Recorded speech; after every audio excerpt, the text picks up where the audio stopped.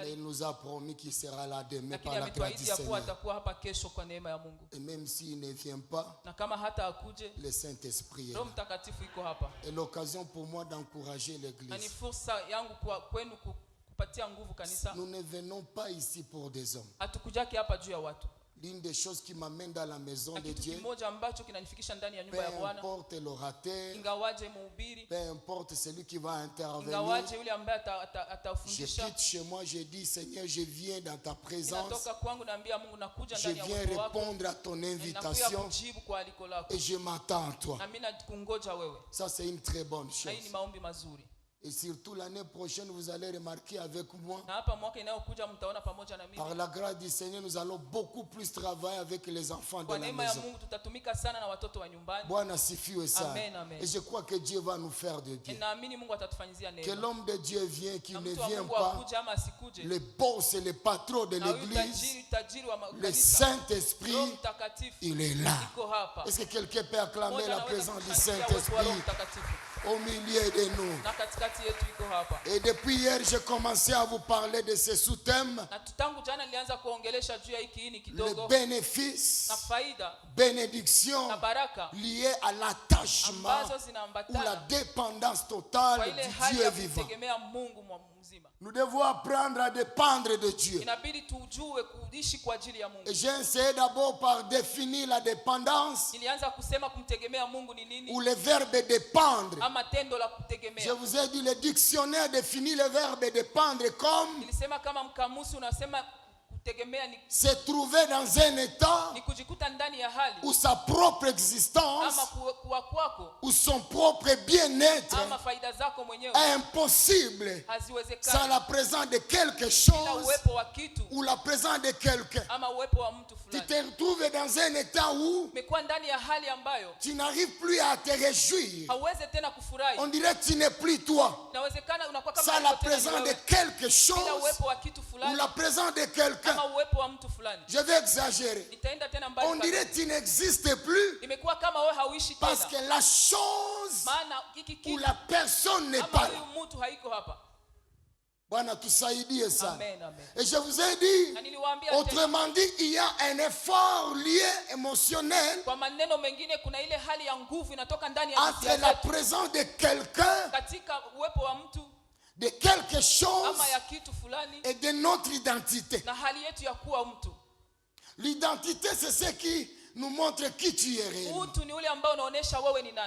Mais la chose à laquelle tu dépends, à l'absence de cette chose, on dirait que tu n'existes plus.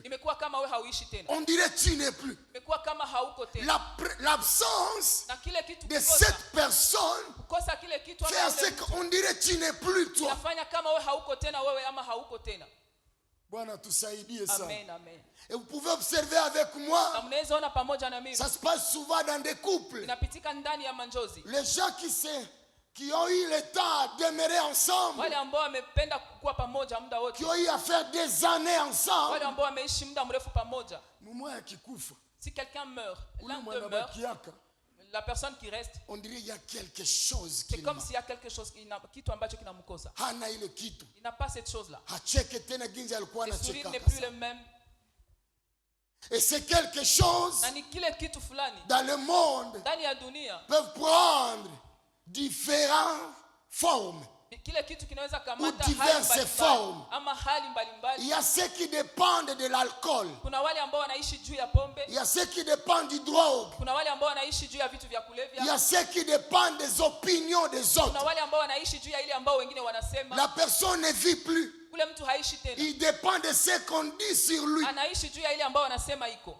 Et les autres vont même aller très loin pour aller chercher ce que les gens disent sur eux. Même le Seigneur Jésus-Christ, lui, ce n'était pas qu'il voulait dépendre de ce que les gens disaient de lui, mais il voulait aussi savoir ce qu'on disait de lui. Dans Matthieu 16, il va poser la question à ses disciples: qu'est-ce que les gens disent de moi? Qu'est-ce qu'ils disent de moi? Il y a de ces personnes-là qui dépendent des opinions des autres. Et les autres, ils dépendent des personnes. J'étais à Kinshasa un jour. Déjà à l'aéroport, il y avait les frères. Si tu veux être chiche à quel niveau, ils vont quand même t'enlever quelque chose. Quand même ils te rencontrent. Le grand prêtre Dani prononcer des paroles, des éloges. Que je sois. Les autres ont menti. Mais toi seulement toi. Crois-moi. L'argent va te sortir. Tu vas sortir l'argent plutôt. Des prêtres. Kubwa. Sijinako Dani. Bataiongeza kama jina pekee yangu tashangaa. Daniko. Là ils vont changer même la prononciation du nom. Et vous voyez avec la musique profane chez nous. On chante quel nom déjà? Et croyez-moi. Libanga munyimbo. Na hiyo jiwe ndani ya nyimbo. Griffe. C'est le griffe dans une chanson. C'est beaucoup d'argent. C'est beaucoup d'argent. Il y a des musiciens qui sont devenus grands. S'ils te chantent, ils prononcent ton nom. Je vous dis la vérité. J'étais dans ces domaines-là. Papa Rémi, c'est de là que nous venons. Amen. Nous avions fait un orchestre avec l'honorable Rémi. Il était le président. Moi, j'étais le chef. Et on faisait des concerts. Je savais une fois que nous allons nous arrêter à la chair. Que Dieu soit loué. Amen. Pour qu'on te griffe, il faut donner l'argent. Et il y a de ces gens qui vivent pour les autres personnes. Pas pour lui ou pour elle. Et ne s'appuie pas sur quelqu'un d'autre. Il s'appuie sur quelqu'un. Si quelqu'un a un bien-aimé, un frère ou un parent qui est élevé en dignité, il va dépendre de cette personne. Et je nous ai dit hier, malheureusement, Dieu n'est pas d'accord avec ça. S'il fallait que nous puissions dépendre, Dieu veut que nous puissions dépendre de lui seul. Et si on analyse ces choses, malheureusement, ces choses nous amènent que des déceptions. J'ai vu les gens qui se sont confiés à la drogue. Mais drogue, il va les à déception. Et la drogue les a déçus. J'ai vu les gens qui se sont confiés à des hommes. Des hommes les ont amené la déception. Ce n'est pas bien de se confier à ces choses. Je suis en train de me poser la question. Cette sœur qu'on était en train de juger, on l'a trouvée avec beaucoup de chance. Elle a dit qu'on l'a prescrit la dose de chanvre à cause de la dépression. Les chanvres là, on voyait là, on l'a poussé à aller braquer la banque ou comme c'était comment? Parce qu'il fallait dépendre de la banque. Parce qu'il fallait qu'elle dépende du chanvre pour qu'elle ne fasse pas beaucoup de dégâts. Ces dégâts de ce jour, le chanvre de ce jour-là, derrière ces choses, il y a la déception. Et je suis venu dire à une personne ce soir, Dieu veut que nous puissions dépendre que de lui seul. Et il y a une grande bénédiction lorsque nous allons décider de dépendre que de Dieu seul.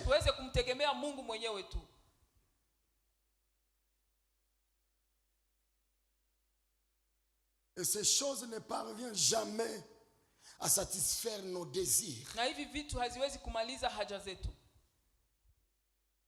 Ça nous amène que des déceptions. Dépendre de Dieu. Qu'est-ce que cela veut dire? Comment on peut dépendre de Dieu? Quel intérêt nous avons en dépendant de Dieu? Faida gani tunazo tunapomtegemea Mungu? Pourquoi devons-nous dépendre de Kwa Dieu? nini inabidi tuishi juu ya Mungu? La dépendance à l'égard de Dieu Kutegemea Mungu ama kuishi juu ya Mungu est un élément fondamental hali ya muhimu sana de la vie chrétienne. ya maisha yetu ya kiroho. Ici pour dire, si tu es enfant de Dieu, tu n'as pas d'autre choix que de dépendre que de Dieu seul. C'est un élément fondamental de la vie chrétienne. Ici, nous faisons confiance à Dieu. Et nous dépendons de lui en toutes choses. Non seulement que nous faisons confiance en Dieu, mais nous dépendons de Dieu en toutes choses. Mais bien aimé dans le Seigneur, très important de souligner que dépendre de Dieu ne signifie pas que nous allons agir de manière insensée. On ne te dit pas d'aller te jeter dans l'eau. Que tu sortes d'ici. Nous nous appuyons sur Dieu. Et là tu vas jusqu'à Nyiragongo. Et tu te jettes dedans. Nous nous appuyons sur Dieu. Là c'est éprouver Dieu. Parce que Jésus lui-même nous a montré l'exemple. Quand le diable l'a éprouvé, il l'a élevé au-dessus. Il lui a dit, jette-toi. Et je vais ordonner aux anges de te tenir. Ce qui est vrai, Dieu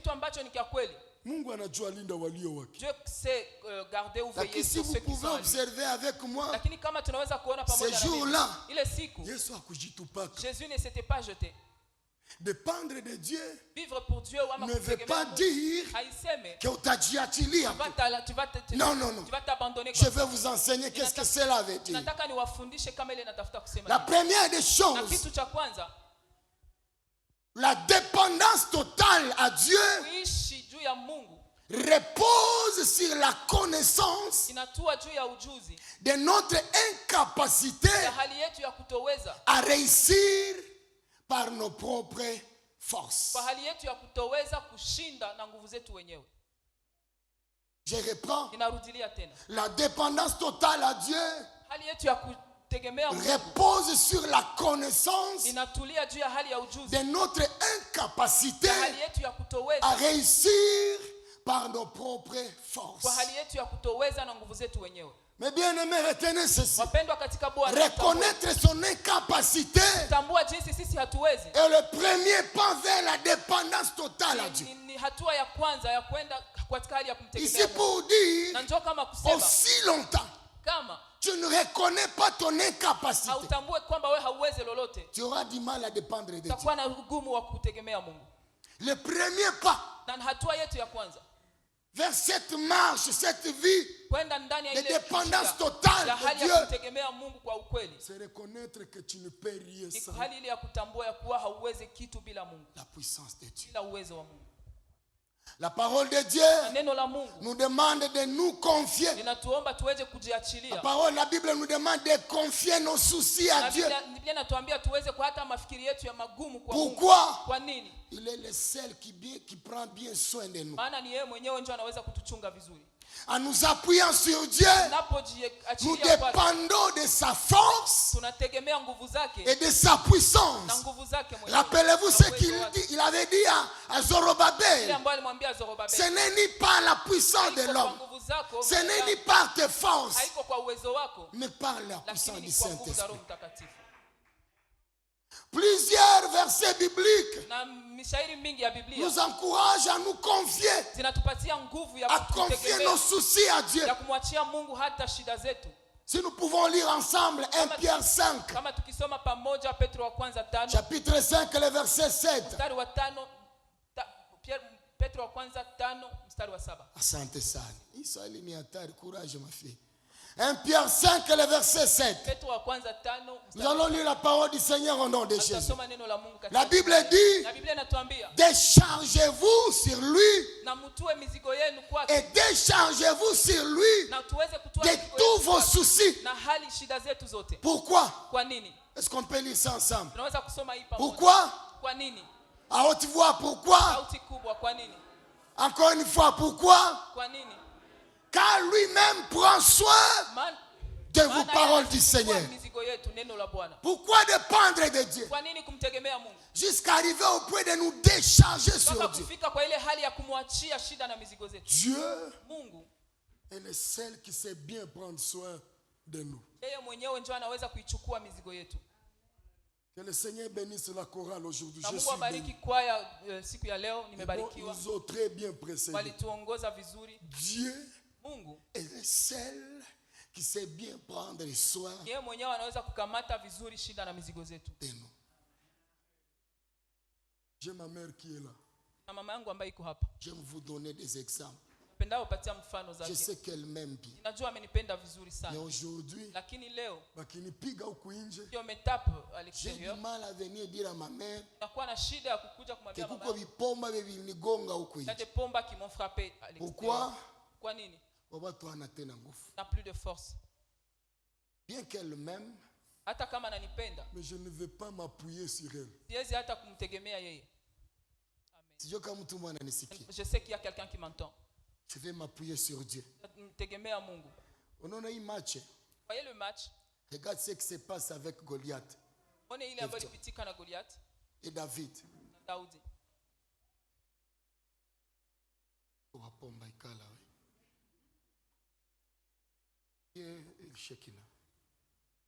Il y a le pomba David, Goliath, qui vient et qui est en train d'injurier le peuple du Seigneur. Et il y a l'enfant, le petit David, sans expérience, il a ta force moins. Si, il faut bien lire la Bible.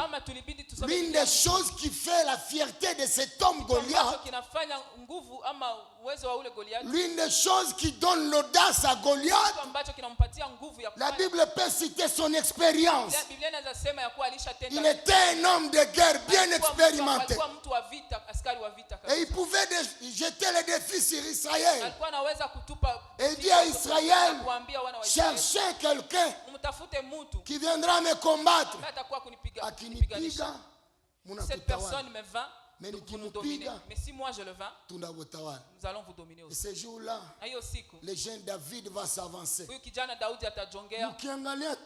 Et si vous regardez juste comme ça, il n'y a pas match. Là, on va la taper et même la tuer. Parce que le monsieur ici, le géant, tellement même son armure qu'il portait, il y avait aussi quelqu'un à côté de lui qui pouvait transporter son armure. C'était un homme puissant. Et il vient devant Goliath, devant David, avec l'expérience militaire, avec son savoir-faire. Et comme si cela ne suffisait pas, dans l'Ancien Testament, la guerre n'était pas individuelle. La guerre était divine. Ici, Goliath représente son Dieu. Là, Goliath représentait son Dieu. Parce que le défi était tukiwapiga Israeli hamutaabudu tena Mungu wenu, mutaabudu Mungu wetu. Israël ne va plus adorer le vrai Dieu, il va adorer le Dieu babylonien. Et David, reconnaissant cela, il vient, il dit, moi je viens devant toi. Au nom de qui? Dieu des armées. Ça veut dire ceci. Moses vient ici. Papa Moïse, bienvenue.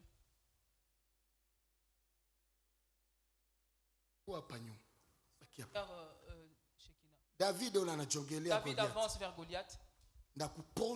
Je veux te taper, même te broyer aujourd'hui. Je veux te faire tomber. Unanikuya na experience yako. Unanikuya na nguvu yako. Tu viens avec toute ta force. Mimi sijui hata na kukamata. Je ne connais même pas comment on tient. Sina experience. Je n'ai aucune expérience. Mimi nakukuia. Je viens devant toi. Kwa jina. Au nom. En réalité, ce n'est pas moi que tu injures. Mimi nakukuia. Mais je viens devant toi. Au nom du Dieu. Mimi natoka mutere. Mais moi je sors de la guerre. Frappe maintenant. Tu viens devant moi avec ton Dieu, avec ton expérience. Mais moi, David, je reconnais que je suis faible. Mais je dépends de quelqu'un. Et je viens devant toi au nom de ce quelqu'un-là. Comme toi tu es puissant, moi je sors dans le match. Battez-vous maintenant. Parce qu'il disait, je viens devant toi au nom de l'Éternel des armées. Hauko unatukana Israel, moko unatukana Joule. Upige sasa. Battez-vous maintenant. Bwana sifiwe sana. Lorsqu'on dépend de Dieu, Dieu entre dans nos combats. Ça j'aime, merci beaucoup. Dieu entre dans nos combats. Nos combats visibles et nos combats invisibles. Dieu entre dans nos combats. Mais qui peut vaincre notre Dieu? Nani? Nani? Nasema tena nani? Nani? Vous savez, écoutez ceci. Pourquoi nous sommes en train de prier la nuit? Peut-être toi tu ne sais pas pourquoi. Tu es en train de négliger la prière. C'est parce que vous n'avez pas encore la révélation. Mais Dieu crée en disant que la nuit soit et que le jour soit. Et quand il n'y a pas de journée,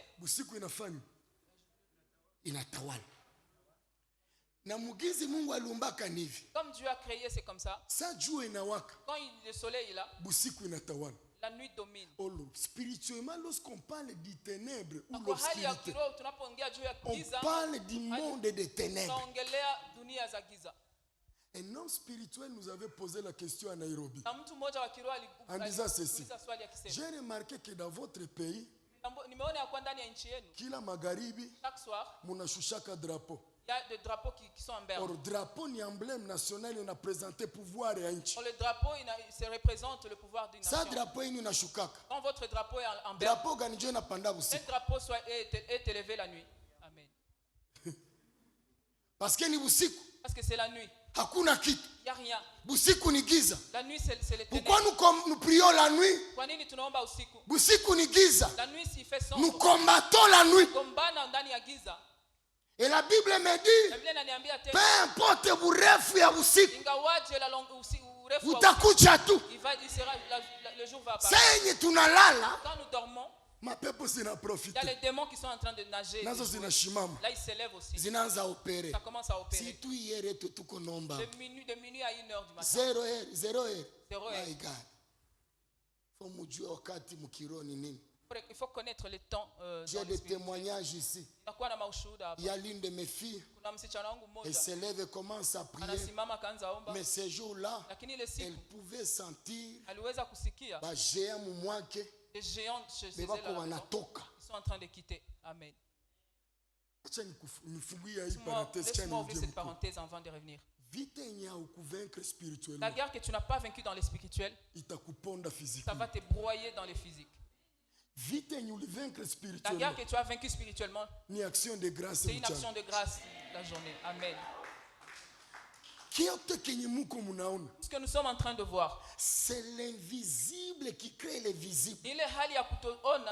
C'est le spirituel qui crée le physique. Kilianza kwanza mkiro kikuwe physique. Alors ukiremporter victoire mkiro physiquement, c'est une grande victoire et des actions de grâce. Mais bakikuponda mukiro, si on te bat physiquement, dans le physique, unaponde kana grave. Même dans le physique. Lorsqu'on invite Dieu, lorsqu'on dépend de Dieu, il entre dans nos combats. Et ce que j'aime avec lui, il nous rassure la victoire. La Bible dit, et déchargez-vous sur lui de tous vos soucis. Tout, sans exception. Tout ce que tu peux avoir comme souci. Décharge-toi sur Dieu. Pourquoi? Il prend bien soin de nous. Philippiens 4, 6 à 7. La Bible dit, ne vous inquiétez de rien, mais en toutes choses, faites connaître vos besoins à qui? À Dieu. Par des prières et des supplications. Avec quoi? Avec des actions de grâce. J'aime le verset 7. La Bible dit, et la paix.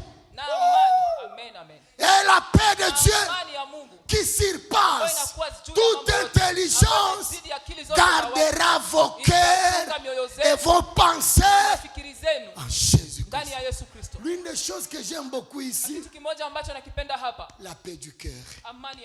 La paix du cœur. Écoute bien aimé dans le Seigneur. Depuis le jour où tu as donné ta vie au Seigneur, tu n'auras jamais ta joie dans les matériels. Dis Amen. C'est ma mina. Amen, amen. Oh, je n'ai pas encore la joie. Parce que je n'ai pas encore ça. Parce que je n'ai pas encore ceci. Crois-moi. Amen. Il y a ceux qui ont tout ça, mais ils n'ont pas la joie. Amen, amen. Laisse-moi vous donner mon témoignage. Un jour, on était à l'école.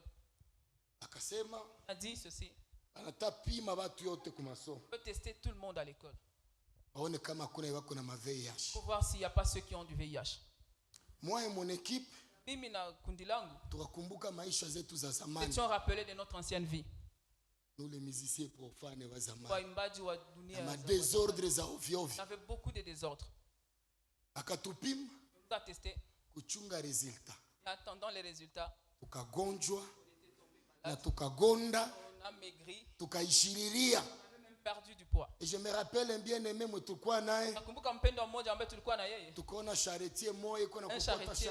qui était en train de pousser.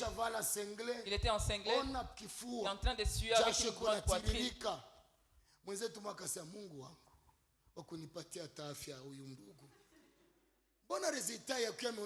l'un de nous a dit, si on me donnait même la santé de cet homme, si on me donnait même la santé de cet homme, tu as envie même un charretier.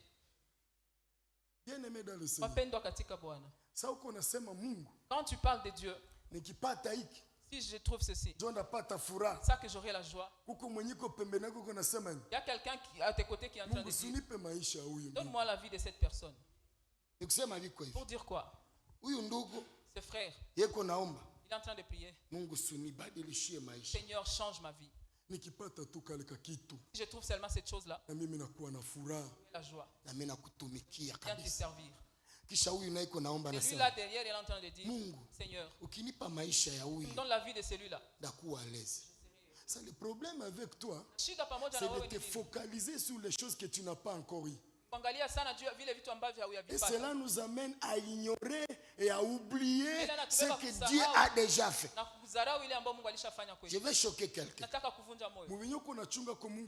ce que tu attends que Dieu fasse pour toi, c'est petit par rapport à ce qu'il a déjà fait. Amen. Pour les enfants de Dieu, notre joie ne devrait pas dépendre des matériels.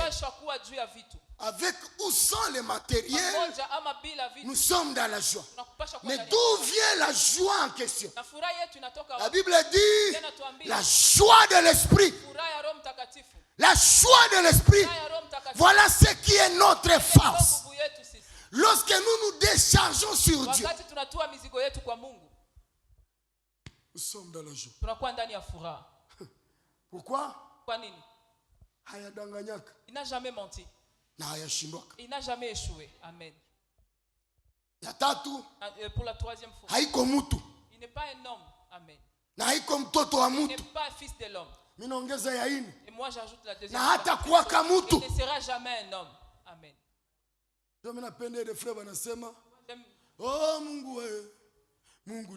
J'aime cette chanson. Mungu wangu. Mungu wetu. Vous savez quoi? Ni Mungu na anabaki kuwa nani? Va rester le Dieu vivant. Kuwa Mungu. Amen. Il est tellement puissant qu'il akiahidi quand même il promet, anatenda. il agit. Il est tellement puissant qu'il se porte garant de dire il nous dit de venir à lui. Il nous rassure de venir à lui même quand nous avons venez en lui. Venez, vous ne serez jamais là pour que je puisse venir. Venez quand même. Moi j'ai peur de dire aux gens mes problèmes. Laisse-moi mourir seul. Et tu vas dire à quelqu'un, il se moque de toi. J'ai un jour rencontré un frère avec qui on priait. Je l'ai rencontré encore. Il priait même dans notre église. Dans notre paroisse. Moi, je vais commencer une paroisse. Il ne peut même pas me donner une chaise, même une chaise en plastique. Il m'a répondu comment? C'est moi qui t'ai appelé. Tu vas le sentir sur ta peau. Ça, je vous dis la vérité. Et là même, je voulais me fâcher. Je t'ai revenu. Et le Saint-Esprit m'a dit, pourquoi tu veux te fâcher? Il t'a menti, il t'a dit la vérité. Amen. Il t'a appelé. Et j'aime, mon père m'avait dit, lorsque Dieu t'appelle, Mungu hata kutumikisha kana vyako. Dieu ne va jamais t'utiliser avec ce que tu Mungu hawezi kutumikisha na vyako. Mungu anakamata vyako viishe. Dieu prend toutes ces histoires pour que ça finisse. Parce que Dieu tumikie Mungu, uko na besoin vya Mungu. Tu as besoin des choses de Dieu. Kazi ya Mungu, l'œuvre de Dieu, iko na besoin ya Mungu. Tu as besoin de Dieu pour survivre. J'ai parlé à mes bien-aimés le matin. Etienne, tu te rappelles? Mungu sana anaweza kuita. Quand Dieu peut t'appeler. À un moment donné. Anaweza kukutosha kwa maviato. Il peut t'enlever même les chaussures.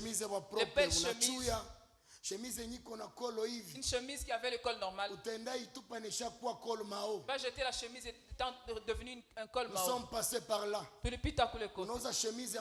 as acheté une belle chemise comme ça. Avec un col normal. La première chose qui s'est détruite sur la chemise, c'est le col. Quand là-bas c'est détruit, là tu vas chez les tailleurs. Ils vont enlever le col. Col Mao. Et là tu passes normalement. Dieu est en train de faire quoi? Il est en train de prendre toutes les histoires qui t'appartiennent. Dieu n'appelle pas les qualifiés. Dieu appelle des personnes qui sont informes et vides. La première des choses que Dieu fait, lorsqu'il t'appelle, avant de t'équiper, il te forge d'abord. Comme l'argile devant les potiers. Donnez-moi. Tu ne peux pas venir servir Dieu avec ta forme normale. Laisse-moi dire ceci. Si Dieu était un vendeur, et toi tu es sa marchandise dont il est en train de vendre, il ne va jamais t'exposer. Tu ne t'as pas encore nettoyé. Amen. J'étais un jour à Kinshasa. J'ai vu des mamans en train de vendre les sombés. Ils avaient une bonne politique. Ils avaient un peu d'eau dans ils versent sur les sombés. Quand tu viens acheter, c'est neuf. Ça vient de faire 3 ou 4 jours. Dieu, quand il t'appelle, avant de t'exposer, il va d'abord travailler sur toi. Il enlève d'abord l'orgueil. Il enlève d'abord le fait de... Je disais à l'un de mes fils, ce n'est pas pour rien que Dieu a permis que ton père parte avant. Parce que parmi nous ici, si nos parents seraient là, peut-être que tu ne serais pas ce que tu es. Voilà pourquoi la Bible dit tout concours si le moi était là, ici ne serait pas mort. Peut-être que tu aurais un mari pasteur. Quand je suis allé doter, son oncle, un de ses oncles a dit, il fallait rajouter ça et ça. Parce que tu viens de d'épouser une princesse. Il faut marier comme si tu viens d'épouser une princesse. Là on m'a même changé de chef. Je ne vais jamais oublier. Là, on a même demandé à heureusement que Dieu m'avait déjà béni. J'avais acheté de chèvres qui étaient comme et du coup, je m'amène à me poser des questions. Le papa était encore là. Je vais d'abord demander d'où est-ce que je viens. Je suis fils prince d'où? Est-ce que mtu mwana nisiki? Amen, amen. Ule viangel kwa alibakiaka. Si ses papa était encore en vie. Naonge bakiaka sasa minjo, fie ne wako mwami, fie wangapi wako mwami, uende kusoko wakusindikize na gari na kupata wapi? Woko tumu magari. Mais Mungu wa neema na wa rehema. Dieu de la grâce et de miséricorde. Aka permettre apite. Permis que le vieux passe. Akapita. Et le vieux passé. Kumbi mpla yake. Et dans le plan de Dieu. Iko na préparer mtoto wake. Là, il préparait pour le prince qui était là. Ule mtu atakomalia kwa ule babake wa mwami. Atakomalia kwa mchungaji David. Atajua maombi ni nini. Atakuwa mtu wa kushene. Huyu siku mwa alikuwa iko na shene. Un jour, elle était en train de gêner. Na njoo niko naanza kwenda kumdrager. Quand j'ai commencé à la draguer. Nika retirer kidogo. Je vais retirer un peu. Jia nini? Pourquoi? Alikuwa mu prière. Il était en prière. Prière katobola roho. La prière a vraiment percé. Jusqu'à ce qu'elle commence à cracher du sang. Va ramener à l'hôpital. Dieu merci. Mais où le vieux le vieux là était encore là. Avant de pourquoi tu n'as pas mais Mungu wa mbinguni akafanya nini? Dieu d'Israël a dit. Kamupitisha mbele. Juu ya nini? Huyu ujue kudependre na Mungu. Qu'elle sache dépendre de Dieu. Ça dépendre de Dieu. Mungu akikuita, si Dieu t'appelle, anajua yanakutayarishiaka. Na sana kuita, et quand il t'appelle, il y a des histoires qu'il sera en train d'enlever de toi. Il sera en train d'enlever les histoires de toi. Laisse-moi vous montrer quelque chose. Honorable, quoi sincère? Il est miaka. Est-ce que ulikuwa unaweza témoigner kitungekuwa mazabao leo? Parce qu'à cette époque-là, vous pourriez témoigner qu'on serait sur la chair aujourd'hui. Abandonnons d'abord la musique. Si vous êtes honorable aujourd'hui, vous avez un passé. L'histoire qu'on faisait avant. Est-ce qu'aujourd'hui on pouvait même continuer à vivre?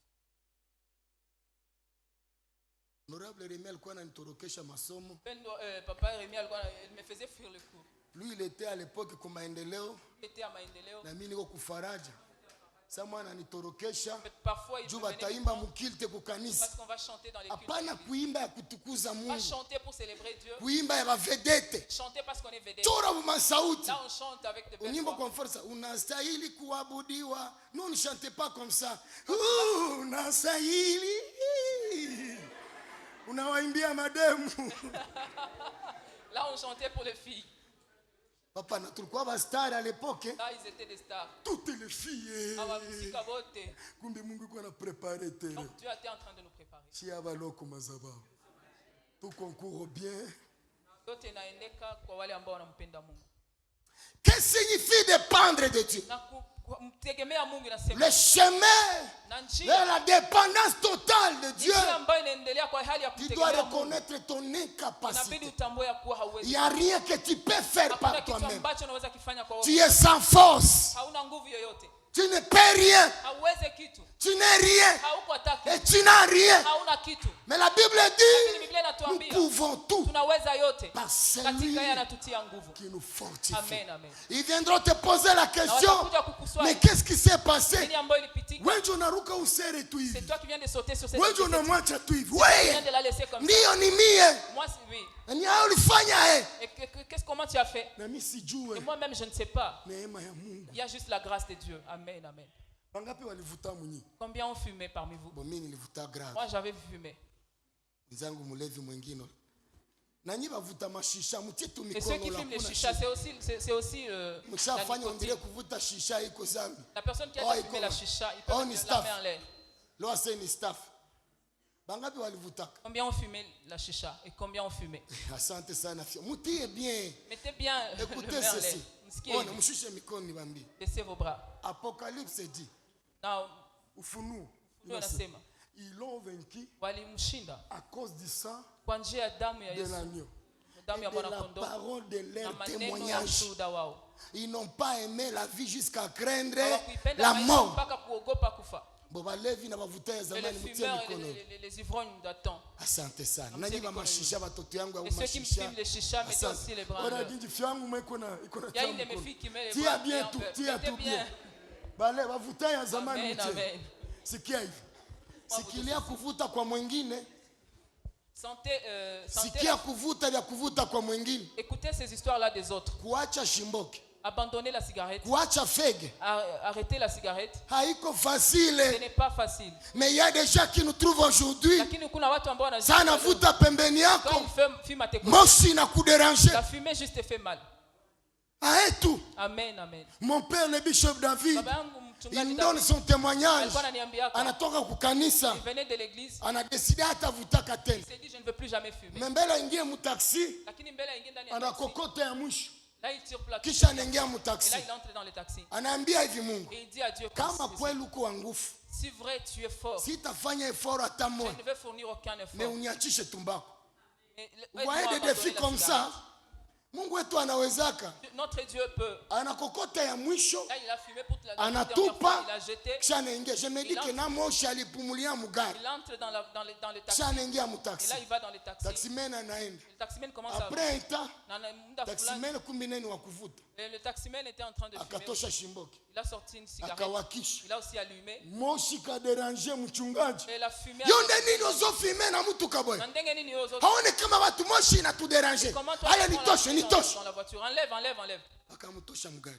Akatoka mugari bien. Il est sorti de la voiture. Sa taxi inaendelea. Quand le taxi a avancé. Hivi mimi natokea munini? Et pourquoi je sors de cette voiture? Maana moshi inafanya nini? Cette fumée là me fait mal. Inanidéranger. Et c'était ça sa délivrance. Et Dieu alikuwa ufungulivu wake. Paka ginja alikufaka jusqu'à ce qu'il soit il est mort, il n'avait jamais. À l'université ses collègues l'appelaient gari la moshi. Na kule kwa masomo chuo kikuu alikuwa anamuita gari la moshi. Moi je vivais avec lui. Baba yangu alikuwa anaishi naye. Bishop David. Papa David. Hivi dole yake mbili. Ses deux doigts ici. Samuel alikuwa anakutana biko pamoja hivi. Parfois même tu rencontrais que ses doigts étaient tellement qu'il a beaucoup fumé. Mkono wake ya gauche ndio. Yes, ça nataka kutomboke. Wala fanya viko nakuta vidole vina banana hivi. Vous voyez les deux doigts attachés.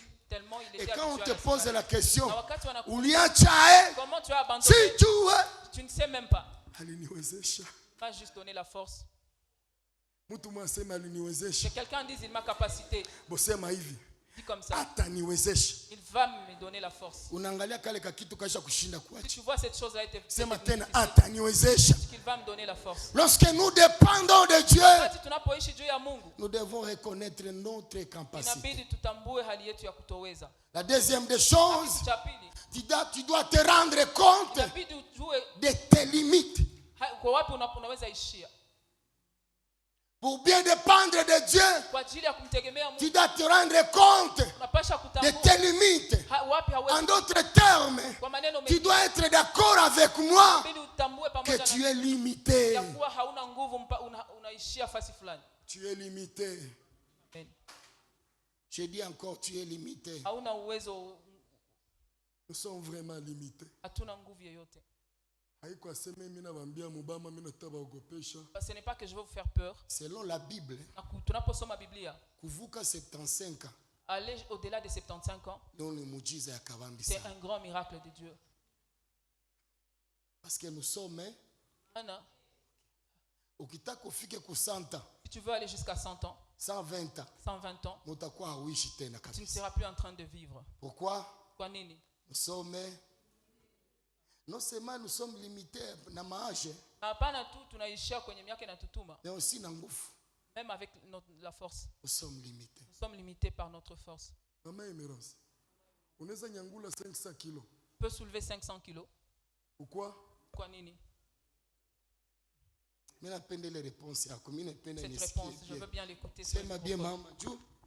Sina nguvu. Parce que je ne suis pas forte. Na 100 kilos hawezi mama mzee wa. 100 kilos elle ne peut pas. Mais regarde ce qui se passe. Lakini angalia ile ambayo inapitika. Lorsqu'on dépend de Dieu, wakati tunamtegemea Mungu, haiko nje utanyangula. Ce n'est plus toi qui vas soulever. Amen. Amen. C'est Dieu seul qui va soulever. Si tu veux vivre le bonheur, kama unapenda uishi heri, sois d'accord avec toi-même. Tambue pamoja na wewe mwenyewe. Tu es limité. Ya kuwa nguvu zako zinaishia fasi fulani. Il y a des endroits où tu ne peux pas franchir. Mais avec Dieu, on déborde. Je vous donne un témoignage. Un jour, j'avais décidé, comme le pasteur Paul, si je n'ai pas sommeil, le diable va voir ça. Je veux prier. Si j'ai juste des insomnies, je prie. Pourquoi je n'ai pas donné à cet homme le sommeil? Un jour, j'ai eu des insomnies à 2h du matin. Je me suis réveillé. J'ai prié. Et le sommeil a refusé. Jusqu'à quand? 5h. Jusqu'à 5h du matin. Et qu'est-ce qui m'a réveillé? C'était l'appel que j'ai reçu. Quelqu'un m'a appelé, il m'a dit, à partir de 4h, 4h, de là où j'ai rêvé et tu étais en train de prier pour moi. Et je vis que Dieu m'avait guéri. Et comme je suis en train de dire, je vais à l'hôpital et je vais faire les examens. Je veux te revenir. J'étais resté à genoux. J'ai prié jusqu'à 7h du matin. Il m'a appelé. On a manqué la maladie de mon corps. Qu'est-ce qui se passe? Je suis à Birere. Mais j'opère au Canada. Canada. Je suis limité physiquement. Mais lorsque je dépends de Dieu, dépendance yangu kwa Mungu, yeye mwenye haiko limité, tunavuka mipaka. Pour dépendre de Dieu, tu dois être sûr et conscient que tu es limité. Et du coup, tu as intérêt à t'attacher à celui qui n'est pas limité. Hier, le pasteur m'a béni au bureau. Akanambia hivi. Ukimusombera ako tu, il a employé ce terme. John ilifurahia sana. Il a employé ce terme. Ukimusombera ako tu, si tu tiens juste son habit, atakufikisha kwenye uko naenda. Va te faire arriver où tu vas. Et du coup nikakumbuka quand on était des enfants. Tukua tunaona magari tunazirukia ako. On voyait des voitures, on rampait sur ça. Parfois quand tu rampes sur la voiture, tu ne sais même plus comment tu vas descendre. Et la voiture va t'amener jusque là où tu vas arriver. C'est pour dire ceci. Si Dieu sera une voiture, et si tu joues un jonjia, parce que c'est lui-même le chemin. Si même tu t'attaches à lui, vous allez aller partout. Vous allez aller partout. Vous allez jusqu'au-delà traverser même les frontières. Ta force c'est quoi? Comment tu es arrivé là-bas? Juste tenu et avancé. Et la Bible me dit, il est le chemin. Il connaît le chemin. Il est la lumière. Il éclaire notre chemin. Amen, amen. Amen. Alléluia. Amen, amen. La deuxième des choses, tu dois refuser de te suffire à toi-même. Amen, amen. Refuse ça. La dépendance totale de Dieu à Dieu. Tu dois avoir cette conscience où tu dois arriver à refuser de te suffire à toi-même. Je les ai vus de mes propres yeux. Quelqu'un qui est déjà parvenu ne sait plus écouter les autres. Sa façon de marcher, sa façon de vivre. Lui est déjà arrivé. Lui est déjà parvenu. Il ne peut jamais écouter les conseils. Il est déjà parvenu. On avait un bien-aimé. Aujourd'hui, je m'en rappelle. Peut-être comme Papa Rémi est là. Il était notre animateur orchestre. Là, j'ai tourné sur lui. Pourquoi tu cries sur le microphone? On l'appelait chef coutumier. C'était un très bon animateur. Et il avait une très belle voix. Mais comme il ne voulait pas écouter les conseils, et surtout quand même si même il voit la visite, il va crier. Il va crier. Là, tu vas tomber malade. Même l'enfant de comme je te dis là, Kenya la fois passée, au Kenya la fois passée, on a dit qu'on a opéré ses cordes vocales plus de 2 fois. Et il ne chante plus. Les gens orgueilleux n'écoutent jamais. Vous avez besoin des conseils de personnes. Une jeune fille wa kiburi, lui qui se suffit, Par mégarde akakutana mamake iko najishanje. Même quand il rencontre sa mère en train de changer. Kutumbu ya mamake. Il a vu sur le ventre de sa mère. Kuko vilima na mabonde. Il y a de césariennes. Vilima na mabonde. Vilima na mabonde. Et va dire à sa mère. Akambia mamake. Il faut bien prendre soin de toi, maman. Na uweze kujichunga vizuri mama. Mimi sitakuwaka hivi. Moi je ne serai jamais comme ça. Mama mzazi na hekima yote akamwambia, ni mtoto wangu, niko na secret juste kwake hivi. J'ai un secret pour que tu ne sois jamais comme ça. Sitikake zala. N'accepte jamais d'avoir d'enfants. Juu kizala, si tu vas à la maternité, peut-être que tes reliefs seront plus grands que mien. Et vous les enfants de Dieu, qui savez prendre les boissons à mousse. Denise, alléluia. Amen, papa. Yeah. La bière. Vous qui savez prendre des bières. Il y a risque que vilima vyenu nyinyi vikue. Il y a risque que vos reliefs soient plus forts que le mien. On nous a parlé de la grâce. La semaine passée. Aujourd'hui, on est en train de te draguer. Haiko wa hali yangu. Haiko wa hali yangu. Unajua iko nakusemesha vile nini? Qu'est-ce qui te fait dire ça? 18 ans. 18 ans. Miaka 18.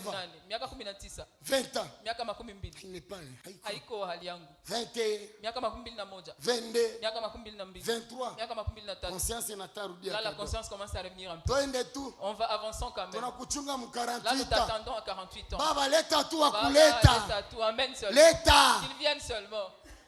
Sawa wale wanapita au makartier. Est-ce quand ceux là qui passent dans les quartiers. Franga kuribika leta tu. Iribike namuna gani? Même si c'est détruit à quel degré, amenez quand même. Et même vous allez entendre. Baba atani wa mpagani tutamchanger. Leta tu. Père, même si c'est un païen, on va le changer. Tu commences à te rappeler. Na unaanza kujikumbusha. Haiko niveau yangu. Il n'est pas de mon niveau. Haiko niveau. Il n'est pas de mon niveau. Hier, je parlais avec une de mes filles, j'ai vu son fils. Il y a un garçon courageux. Il n'a même pas préparé la scène. J'ai vu.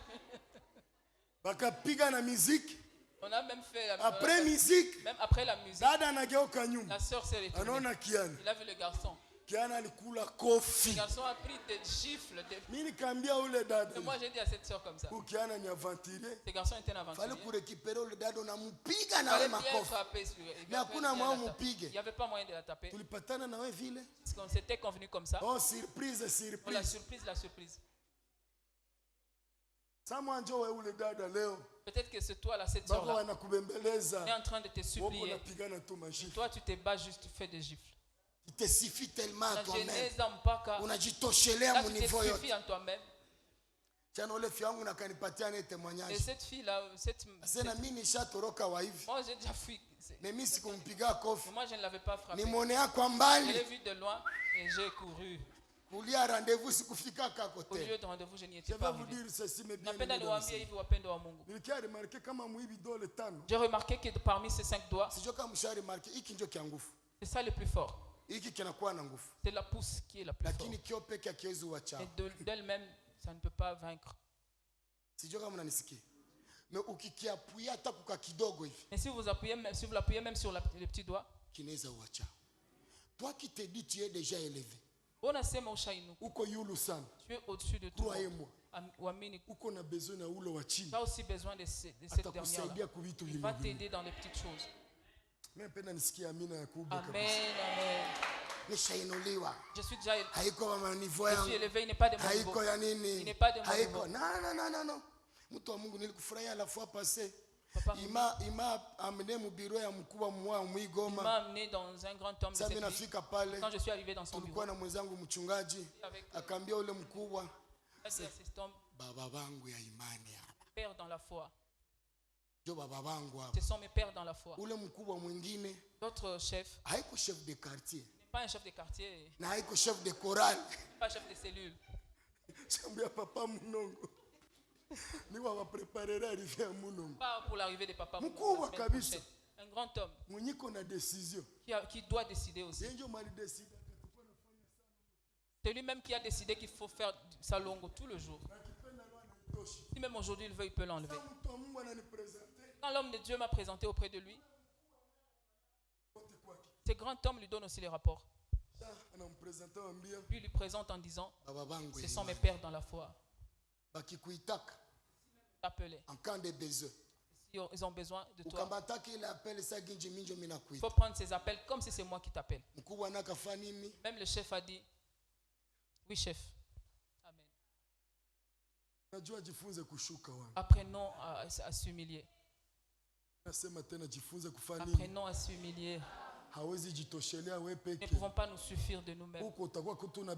Il y a des endroits où tu auras besoin des autres. Même s'il peut être plus petit, le seul doigt ne peut pas tuer. Et surtout lorsqu'on parle de l'église famille, même wakati tunaongea juu ya kanisa jamaa, que vous écoutiez ces choses, vous n'allez jamais vous suffire de vous-même.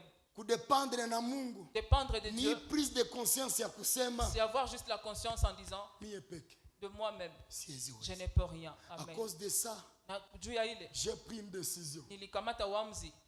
Moi j'ai décidé. Si tu combattre je ne peux jamais combattre quelqu'un. Non. Même dans mes enfants, dans la foi ici, je ne veux jamais combattre. Et je l'ai dit du haut de la chair. Dieu vous amène plus loin où même moi je ne suis pas arrivé. Vous savez, la moisson est tellement grande. Même ceux-là les travailleurs sont peu nombreux. Juste, je peux travailler ici et là-bas. C'est la grandeur du royaume de Dieu. Amen. Je veux rester ici où Dieu m'a mis. Je ne veux jamais me battre avec lui. Nous ne serons jamais égales. Amen, amen. C'est comme ça que Dieu nous a aimés, nous a créés. Aujourd'hui, je honorable comme mentor. Et puis je prends l'honorable comme mentor. Il me forme. Après formation, juste après la formation, je deviens plus fort que lui. Je ne serai jamais lui.